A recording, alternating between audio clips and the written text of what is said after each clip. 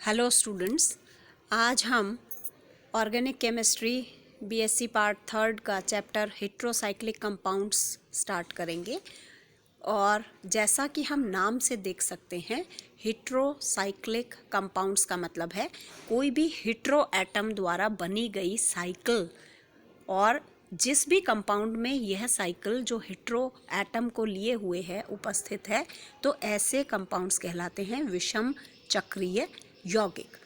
और यह विषम जो एटम है, अणु है, यह कोई भी अणु हो सकता है जो कि ऑर्गेनिक कंपाउंड्स के साथ रिएक्शन करता है, जैसे ऑक्सीजन है या सल्फर है या नाइट्रोजन है।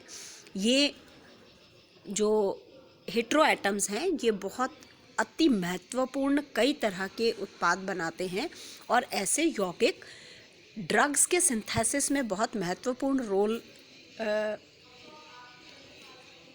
अदा करते हैं। इसलिए हमें इनको पढ़ना और समझना बहुत आवश्यक है।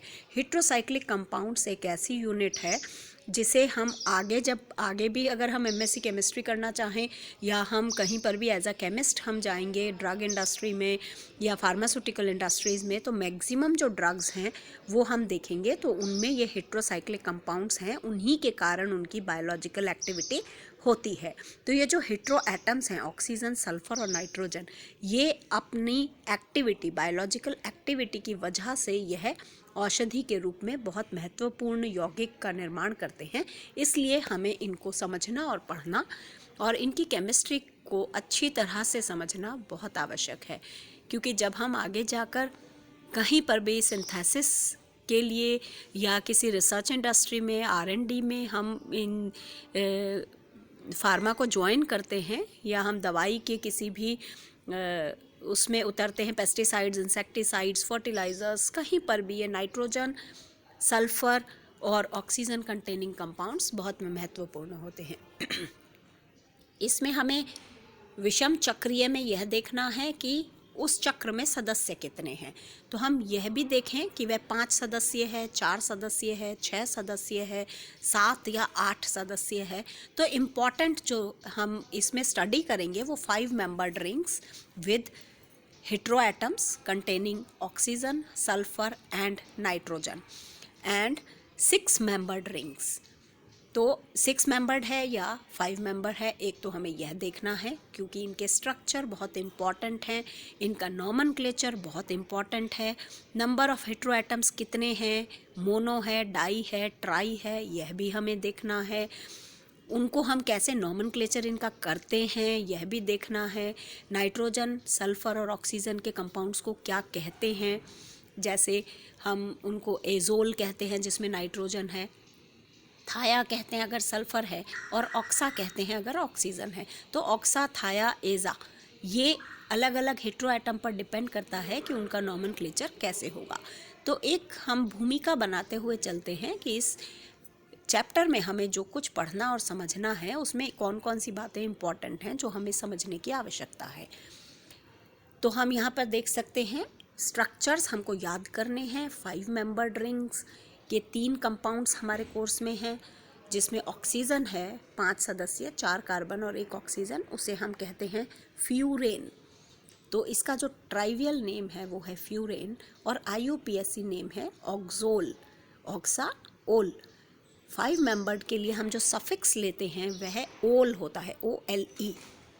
इसी प्रकार से दूसरा जो हमारे कोर्स में कंपाउंड है वह है थायोफीन, यानी अगर ऑक्सीजन की जगह सल्फर है और 4 कार्बन का एक रिंग बन रहा है जिसमें अनसैचुरेशन है 2, तो ऐसा कंपाउंड कहलाएगा थायोफीन और हम उसे कहेंगे थायोल। IUPAC नेम उसका रहेगा थायोल। थाया सल्फर के लिए और ओल 5 मेंबर्ड रिंग को बताता है। नेक्स्ट हमारा कोर्स में जो कंपाउंड है वह है पायरोल। पायरोल को हम ट्राइवियल नेम है और IUPAC नेम होगा इसका एजोल।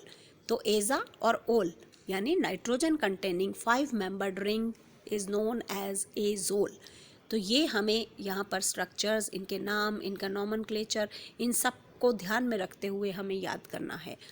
6 मेंबर्ड रिंग होते ही यह INE तो एजा और इन, एजीन IUPAC हो जाता है और ट्राइवियल नेम इस कंपाउंड का हो जाता है पिरीडीन। तो हमें ये चारों कंपाउंड्स के स्ट्रक्चर, उनके नाम और किस तरह से हमें इसमें इम्पॉर्टेंट चीज़ें याद रखनी है, इसी को याद करते हुए हम आगे भी देखेंगे। अब यहाँ पर जो हेट्रो एटम कंटेनिंग रिंग है, उसके ऊपर अगर हम एक बेंजीन रिंग को ऐड कर देते हैं तो कुछ डेरिवेटिव्स बनते हैं जो कि बहुत इंपॉर्टेंट डेरिवेटिव्स हैं, और यह डेरिवेटिव्स ड्रग्स में और डाइज में और बहुत सारी दूसरी चीज़ों में भी काम में आते हैं। तो बहुत महत्वपूर्ण कंपाउंड्स का हम सिंथेसिस कर सकते हैं। जैसे हम देखते हैं पायरॉल के साथ अगर हम बेंजीन की रिंग एक अटैच करते हैं तो हमें इंडोल मिलता है और हम इसको कहते हैं बेंजोपायरॉल। ये जो एक कंपाउंड है यह भी हमारे कोर्स में है।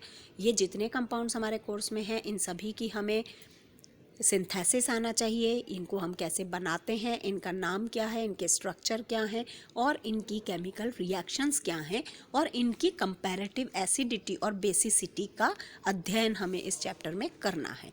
तो सबसे पहले जो इम्पॉर्टेंट है वह है हम इनके स्ट्रक्चर्स को समझें, याद करें, लिखें और लिख लिख के हम उन स्ट्रक्चर्स को पूरी तरह से याद कर लें। तो इंडोल जो है ये बेंजोपायरॉल कहलाता है। पिरिडीन के साथ अगर हम बेंजीन लगा देते हैं तो यह बन जाता है क्विनोलिन,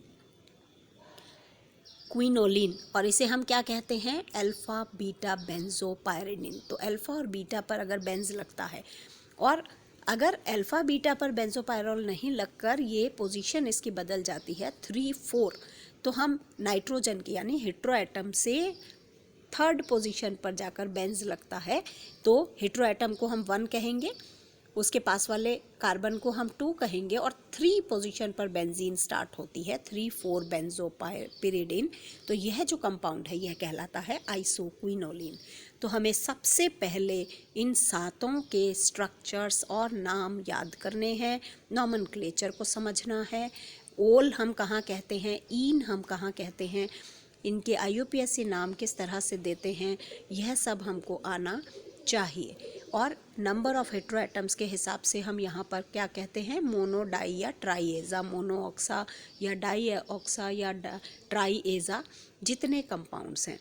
उसके अलावा जो है यहाँ पर हम देखते हैं इनके ऑर्डर हम किस तरह से, अगर ज़्यादा हेट्रो एटम्स हैं तो, अगर मिक्स्ड हेट्रो एटम्स हैं तो सबसे पहले हम ऑक्सीजन के लिए नाम देंगे, उसके बाद हम सल्फ़र के लिए नाम देंगे, उसके बाद हम नाइट्रोजन के लिए नाम देंगे, उसके बाद फॉस्फोरस और उसके बाद हम सिलिकॉन। तो हेट्रो एटम्स के अंदर नॉमेनक्लेचर रखते हुए मिक्स्ड हेट्रो एटम्स में इस ऑर्डर को हम फॉलो करेंगे। 6 मेंबर्ड के 5 मेंबर्ड के लिए हम देख रहे हैं यहाँ पे OLE लगता है, 6 मेंबर्ड के लिए हम देख रहे हैं एजीन, INE जो है वो सफिक्स लगता है। तो नॉमेनक्लेचर, और हमें टेबल्स दी गई हैं, बहुत सारे नाम दिए गए हैं, बहुत सारे स्ट्रक्चर्स दिए गए हैं, लेकिन ये 7 स्ट्रक्चर्स जिनका हमको सिंथेसिस और रिएक्शंस और रिएक्टिविटी इन सब का अध्ययन करना है, यह तो हमें आने ही चाहिए। और आगे के लिए अगर हम इसकी स्टडी करना चाहें तो हम इस चैप्टर को अच्छे से पढ़ें और समझें। जब हम सिंथेसिस की बात करते हैं तो एक जनरल मेथड हम समझ लेते हैं कि 1,4 डाई कार्बोनिल, यानी ये जो पहला कंपाउंड हमें यहाँ नज़र आ रहा है 1,4 डाई कार्बोनिल, यानी C डबल बॉन्ड O 1 और 4 पोजीशन पर, इस तरह से C double bond O, CH2 CH2 C double bond O और दोनों तरफ एल्किल ग्रुप सब्स्टिट्यूएंट बदल बदल कर जब हम इससे कोई भी कंपाउंड सिंथेसाइज करते हैं जिसमें अमोनिया है तो नाइट्रोजन वहाँ पर इंसर्ट हो जाएगा।